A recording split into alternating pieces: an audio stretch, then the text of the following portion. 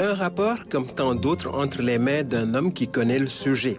Sans doute, le document comporte-t-il une multitude d'observations étonnantes. Personne ne souhaiterait se retrouver dans ces lieux dits de privation de liberté. Au Sénégal, on en compte une quarantaine. Pas besoin d'être du milieu, d'y avoir goûté ou de parcourir le rapport pour constater la pléthore des effectifs par rapport aux places disponibles. On pourrait même définir un concept de densité carcérale. Cette surpopulation dans les maisons d'arrêt complique davantage l'incarcération et les cohabitations forcées. Les récits d'anciens prisonniers font froid dans le dos. Qu'un petit délinquant primaire se retrouve au milieu de bandits de grand chemin et de caïds est une catastrophe.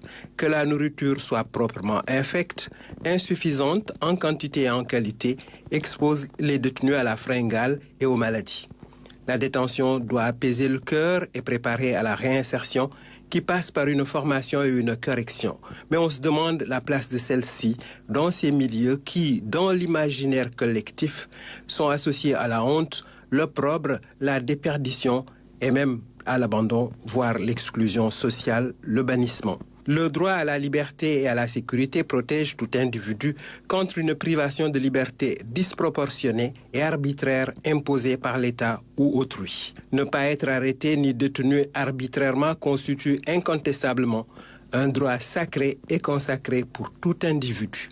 Ces dernières années, ils ont été trop nombreux, ces Sénégalais, à croupir en prison pour avoir exprimé librement une opinion. Cette liberté de ton leur aura coûté leur liberté dans un pays qui clame urbi et orbi être un état de droit. Le plaidoyer de l'Observatoire est juste une humanisation des conditions de détention, d'autant que des contingences particulières peuvent conduire chacun en prison puis au palais.